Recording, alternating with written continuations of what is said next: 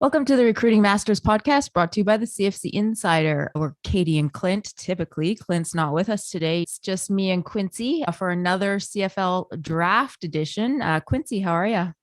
I'm good. How are you? I'm good. Be sure to follow us on Facebook, Twitter, @chatfootball, Instagram, CFC_football, and YouTube. And don't forget to purchase your exclusive CFC Insider Gold membership today for access to all of our rankings, the analysis and daily football recruiting news across Canada. So we are just in the middle of a series with the CFL draft that obviously is over and they're now playing. We'll get to all the positions by the end of the summer, I'm sure. Today we're going to be talking about defensive backs. We are going to start off with Enoch Mcconzo, who was a CFC 100. He's 5'11", 195 out of Lachine, Quebec. He is a CEGEP kid out of Via, and then he went to NMMI. Drafted by the Edmonton Elks as the number 4th overall pick. Quincy, give us the lowdown on Makonzo. Yeah, he's a guy who Chris Jones was clearly high on as he swapped spots to get him. I'm pretty sure the Elks had, well, yeah, of course they did. They were terrible last year. They had the first overall pick and they traded down, and clearly their target was Enoch Mcconzo, as Chris Jones, a bit of an evil scientist when it comes to moving guys around on the defense, and a creative guy who's big on versatility and athleticism. He liked Makonzo, and obviously Makonzo's a fit with the versatility he has as a player. So he's a guy who, in that Coastal Carolina defense, he's a big part of the reason why that program's been on the come up the past few years. They've been ranked for a couple seasons now. They're probably one of the best couple teams in the Sun Belt. But yes, they've been a very good program recently, and he's been one of their better players. He's been a 2-time all-conference player. But yeah, he's a guy whose versatility is kind of his thing. Chris Jones drafted him, and he played that hybrid DB, like safety linebacker spot in college, was kind of a box safety there. So with the hash marks moving in the CFL, Chris Jones envisioned him as a guy who would be able to play Sam or the Will spot, because he sees the Will being a guy who needs to be a little bit more DB-like and more mobile than in past years with the hash marks moving in. Yeah. But Makonzo's a guy who's a big hitter. He has a nose for the football. In 2021, in 13 games, had 71 tackles, 10 tackles for loss, 3 forced fumbles, 3 fumble recoveries, and a pass breakup. So obviously you can tell he's a guy who's around the football a lot. Versatile would often guy who would very often be out in pass coverage as well. He'd get his reps in man coverage, and he'd also blitz. Did a lot of everything for that team. Yeah, so he can cover, play in the box, and guy who Chris Jones is very excited to have. He's been their backup Will linebacker behind Adam Koner for the first few games of the year, but he's a guy who's definitely seen the field a little bit nonetheless, as he already has 9 tackles in the league. Our next guy is Tyrell Ford, and you may recognize that name with Trey Ford playing right now, and hopefully he'll resurrect that Edmonton team. But he's a DB. He's 5'11", 194. He's out of Niagara Falls, Ontario. He played at Waterloo, and the Blue Bombers picked him as their first pick, 13th overall. He also was a CFC 100. He played at A.N. Meyer, and he actually had mini camps with the New York Jets and the Pittsburgh Steelers. And it looks like he ran the fastest 40 at the combine of 4.42. Is that right? Yes, it is right. Tell us what you know about Tyrell. Tyrell and Trey coming into Waterloo were a big part of turning that program around, a program that might fall off a little with the loss of them this year and the loss of a lot of O-linemen. So hopefully they don't falter off too much, or maybe they do and make life easier for Western. Oh, I knew there was going to be a Western comment in here. I thought it was going to be when we talk about Valante, but you jumped the gun. Yeah, a little earlier than expected, I guess. Tyrell Ford is a guy who's a freak athlete, and at the U Sports level, in terms of athleticism, was kind of a man among boys there, and that's part of the reason he was so good. He was a 2-time All-Canadian and 3-time OUA All-Star. And you can see his athleticism in those testing numbers at his at the combine and at his pro day down at Buffalo. But yeah, 4.42 40, just under 37-inch vertical. Even like all the other tests are tremendous too, but even 15 reps of 225 on the bench press at under 190 pounds is very impressive too. Yeah, So it is. him and his brother are clearly weight room guys in addition to just being speedsters. But Mhm. yeah, Tyrell Ford is a guy who's an elite athlete, and he doesn't necessarily, and this is a common sentiment, I think, isn't the most polished in terms of technique as a cornerback, but makes up for it with his elite athleticism, as he's always the best athlete on the field at the U Sports level and is still always among the best athletes on the field at the professional level. And that's part of the reason why he got NFL looks. But in 2021, in 6 games, had 18 tackles, half a tackle for loss, one interception, and 2 pass breakups. And those numbers may not jump off the page to you, but he's a guy who I think they started throwing at less as his career progressed, and they realized, hey, he's a guy we might not want to go after because we want to keep the ball. So they, I think, stopped throwing to him a little around the world of U Sports. But his career stats are crazy, and they put into perspective how much he did for that Waterloo program with 100 tackles in his career, 6 interceptions. And not only was he a stud on defense, but he was a tremendous returner too. He had a total of just under 2,000 return yards during his time at Waterloo, which Wow. is somewhat ridiculous. Yeah. But now at the pro level was the first pick for Winnipeg in this draft because they didn't have a first rounder, and he's made their active roster right out of the gate.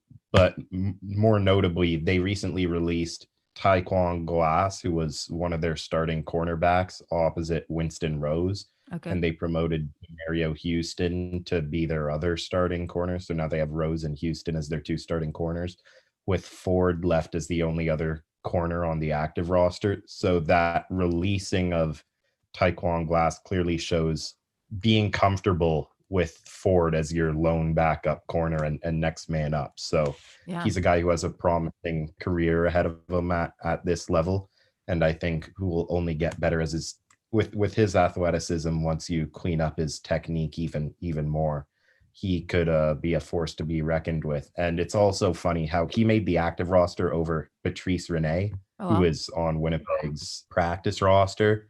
And Rene's a guy who was very highly regarded not so long ago and was talked about as the next NFL guy until he got injured.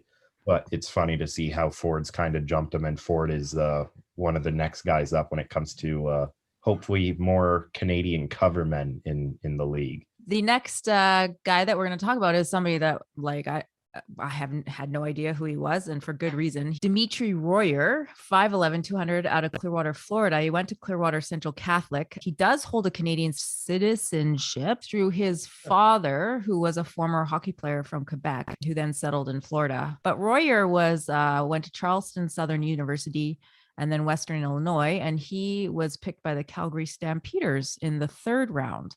So I have know nothing about this guy. Quincy, what did you find out about him? Yeah, he's a guy who was added to the draft list not long before the draft at all. And he's a guy who started off at Charleston Southern and redshirted his first year there, then got hurt and missed the whole next year before starting in 2017. And I think he transferred after that, then sat out a year, then started at Western Illinois in 2019. Last he played was 2019, and then he entered the draft. And he was a guy who was immediately intriguing upon entering the draft list. He's a guy who I went to watch as soon as I saw he was added to the draft list. With stats like that at the Division I level, obviously that's an eye opener. In 2019, he started the whole year. In 12 games, he had 74 tackles, 5 pass breakups, and a fumble recovery. But what stands out most to me is, and aligns obviously with his number of tackles, is he is the best tackler in this group, I think. He is an outstanding tackler, just a great form tackler. If I were looking for somebody to give me lessons on how to tackle, it would be him. Okay. But he's a guy who in run support is probably my favorite. Well, he is my favorite DB in this past draft class as a guy in run support. He has a absolutely tremendous ability to track the ball carrier behind the line of scrimmage and meet him in the gap and run support. And he's a very, very sure tackler. So he's a guy who I was quite high on. In my last CFC 40 before the draft, I had him at 21 out of the guys on the board, and that would make him an early third rounder, which is where he went, or closer to the middle of the third round. He went to Calgary, but he got hurt in the preseason and is currently on the 6-game injured list for them. But he lined up at a free safety in their first preseason game. Our next guy, it was also a CFC 100, and I'm pretty sure you're gonna just tout him to the moon and back. Daniel Valante, 5'11", 17. They have him at 175. Out of London, Ontario. Went to Catholic Central High School.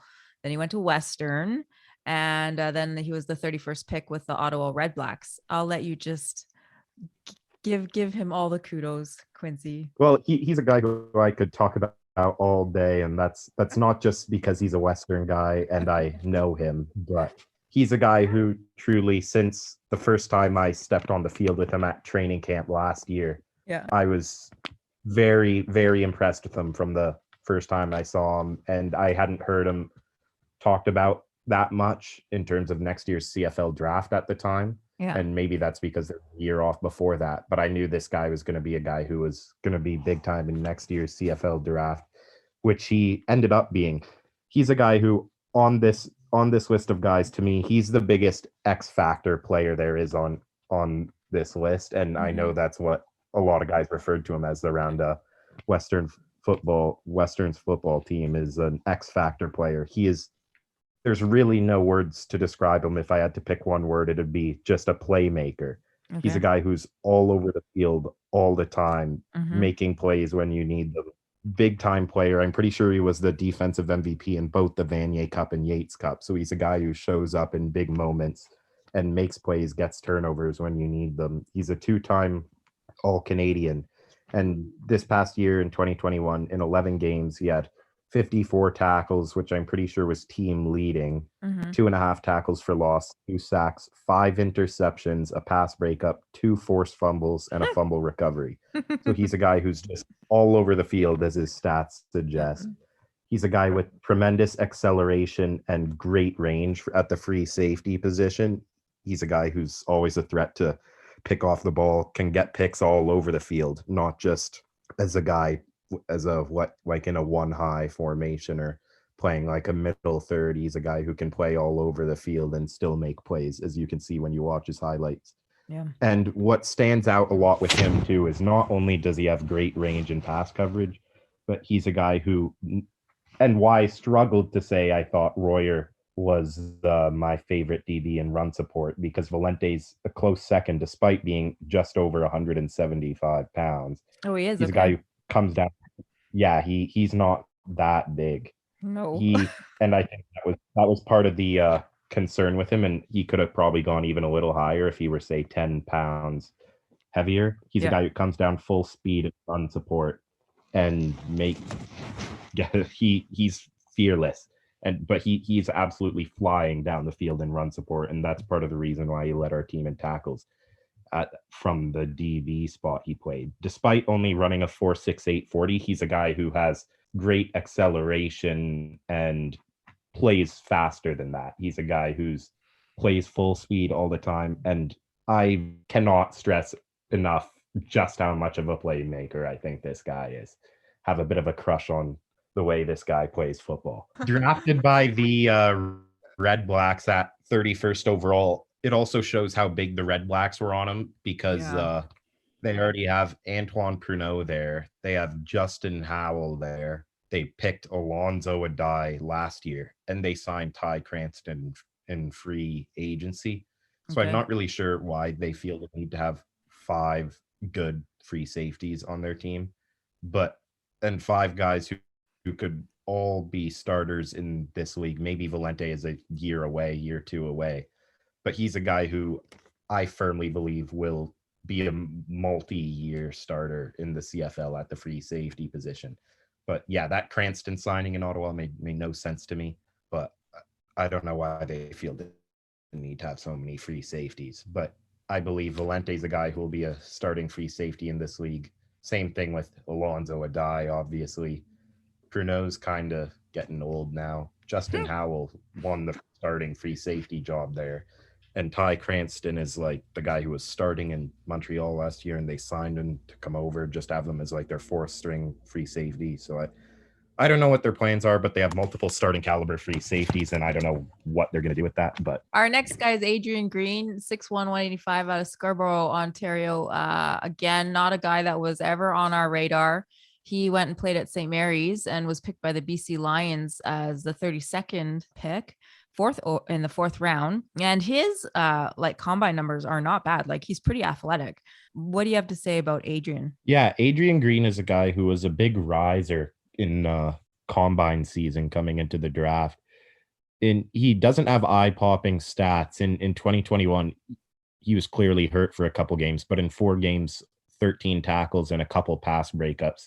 He was never an all-star, largely because, well, all-stars don't mean that much. But just because he never really had a crazy production, but sometimes at the corner position, that's not a bad thing at all. But he's a guy who was a big riser through the one-on-ones and testing at the regional and then national combine. And he's a guy who I think teams see as a guy who will stick at corner at the next level. And that's always something very valuable, a Canadian who can actually stick at the corner spot at the next level. Yeah. But he's a guy with fluid hips and kind of a rocked up build. He came into St. Mary's at like 158 pounds and left at over 190. So he put on like 35 pounds of what looks like pure muscle at St. Mary's, kind of reinvented himself there in terms of his physique. And that showed with his 14 reps on the bench press at the combine, which was among the couple highest for the DBs. Yeah. But 4'6", 240, 35 and a half inch vertical, 10'1" broad jump, 6'9", 1-3 cone. He's a guy with all the athletic measurables, fluid hips, good build, guy who can be a very promising corner prospect at the next level, although he is currently on BC's practice roster. So he's a guy who I'm excited to see in the future. Brandon Gandier, 6'1", 190. He played at Chilliwack Secondary in high school and then went and played junior with the West Shore Rebels. And then he went to U of R. Yeah, Gandier is a guy who was another riser close to the combine, but was not picked. Don't know what the deal is there, really, so not going to speculate. But he's a guy who's on talent alone should have definitely been drafted. I had him at 28th on my board coming into the draft. So a guy who should have been going in like probably the first late third round, early fourth round. Yeah. He's a guy who, for Regina this year, he was a Canada West All-Star.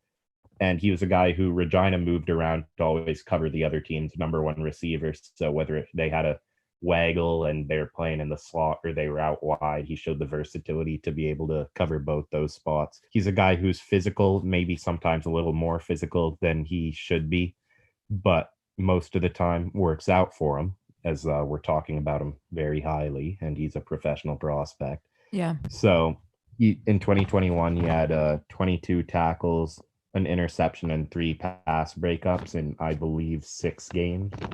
And he's another guy who was very athletic testing at the combine, ran a 4.68 40, which isn't extremely fast, but it's solid. 37-inch vertical, 10-foot 7-inch broad jump, which is very good.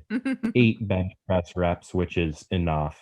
7.03 3 cones. So he's a guy who testing's there, and I think he could have stuck at corner at the next level. Maybe he gets moved to safety. He's a guy who looked to be a willing enough hitter and a guy who might be able to come downfield to move to safety at the next level.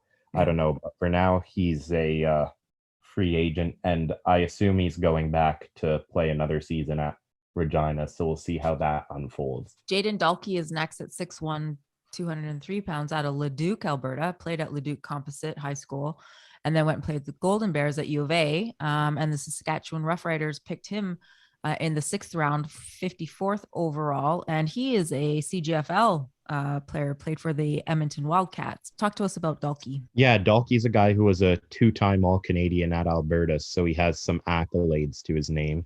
This year, he was slightly more quiet, despite still being a second-team All-Canadian.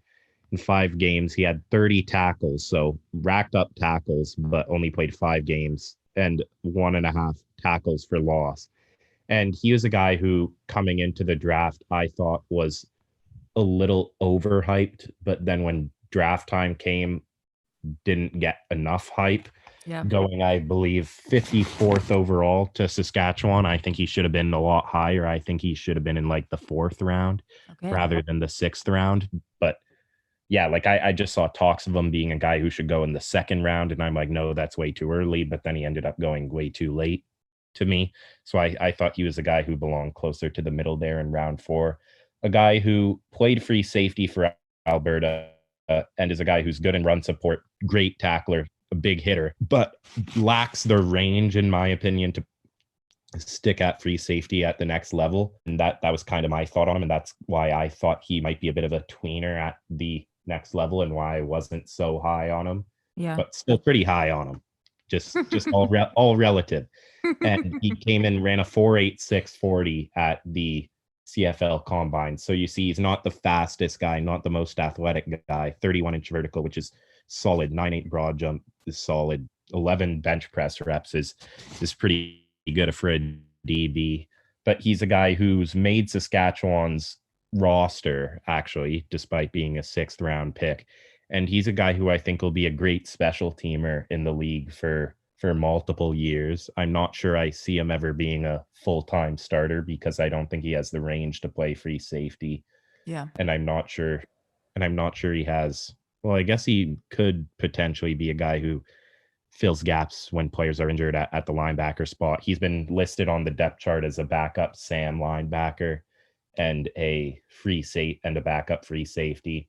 I'm not sure he has the ability to do the man coverage as much with his lack of, I guess, speed and quicks that some other guys might have to be a starter at Sam. But he's a guy who I thought might get put at the will position and could maybe start some games there if needed. Guy who can kind of fill in wherever, guy who can be a really good special teamer, and made the roster right out of the gate as a 6th round pick. So, and our last prospect is our CFL draft player is a Shaquille St. Lo. He's 5'11", 195 out of Kirkland, Quebec, or Montreal. Another Cégep kid, played at Vanier. Then he went to Maine, and the Calgary Stampeders drafted him 61st overall in the 7th round. He was a CFC 60 with us, but it looks like he missed some seasons due to injury. Yes, I'm pretty sure it was one of the major injuries, like either his Achilles or ACL or something like that.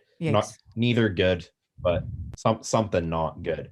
But he's a guy who I thought was a bit of a wild card coming into this draft. St. Lot was a guy who kind of, I see how different teams could be different on him coming into this draft, but I had him at 30th on my board by the end, which was getting changed around right up until draft time. Yeah. But ended up going in round 7, pick 61 to Calgary. But what's interesting about this guy is I don't know if people forget, but he was a guy who came in, redshirted his first year at Maine, but then got significant reps. I think started a handful of games in his 2nd year there, then was a full-time starter in his 3rd year there in 2019, but then got hurt and missed 2020 and 2021. But this is a guy who was a multi-year Division I starter and had production. Like in 2019, he had 27 tackles, a whopping 13 pass breakups, 1 interception, and 1 fumble recovery. So he has very much ball production, and he has long arms, a guy who's 5'11", 195, and 195 is solid weight too. But 5'11", his wingspan is 6'5", so he has long arms, which is always good. So he's a guy who physically at 5'11", 195 with long arms has the build you want in a corner. And at his pro day this year, he could only bench because he's still recovering from that injury. Yeah. But he put up 8 reps, which is solid, especially given he has long arms. Long arms, I was going to say. Yeah, 5'11", 195 with long arms as a cornerback, who's clearly strong enough. But the book on him, I'm pretty sure at one point in his main profile, it talked about how he's like this hyper athletic guy. He's a guy who reportedly is like a guy who runs like a 4.4, 4.5, 40 and has like a 40-inch vertical. Jeez. So to me, he's a guy who was multi-year starter at the Division I level. Yes, he's had a major injury and hasn't played in a couple years. But if he can return to form and keep progressing, a guy who has the ideal build for a cornerback, a guy who has a Division I pedigree and was successful as a starter, and a guy who's an elite athlete, to me, just all those pieces, you shouldn't be going in round 7. Like it's a risk, but at round 4, a guy with that sort of pedigree and potential isn't really a risk. Given once you get into the later rounds, you're getting guys who will never play a CFL snap at times. So to me, he's a guy who's definitely still interesting. And if he can return to form, Calgary could look like a genius. But who knows how he progresses. Hopefully it's well and he recovers and maybe one day becomes a contributor at a corner spot in the CFL, maybe a starter, and then Calgary looks really good. But he's a guy who is promising and very interesting going forward. That's it for us today. Hope you enjoyed this episode of the Recruiting Masters podcast, brought to you by the CFC Insider.